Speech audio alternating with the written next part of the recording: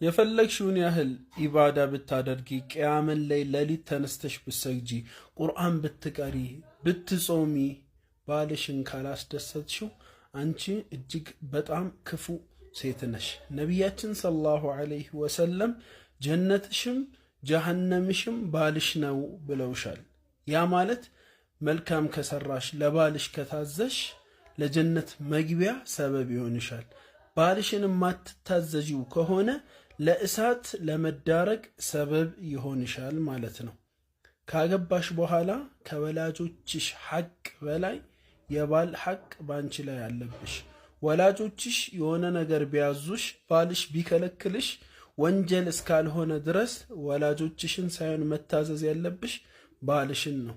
ምክንያቱም በሚስት ላይ የባል ሐቅ ከወላጆች ሐቅ በላይ ስለሆነ ባልሽን ከታዘዝሽው 5 ወቅት ሰላትሽን ከሰገድሽ ጾምሽን ከጾምሽ በፈለግሽው በር ጀነት ግቢ ትባያለሽ።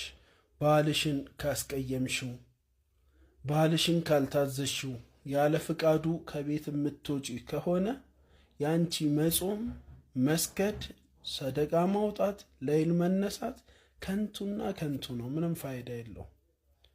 ያለ ባልሽ ጀነት መግባታችን ባልሽን ሳታስደስችው ባልሽን ግንኙነት ከልክለሽው ተቀይሙሽ ቢያድር መላእክት እየረገሙሽ ያድራሉ።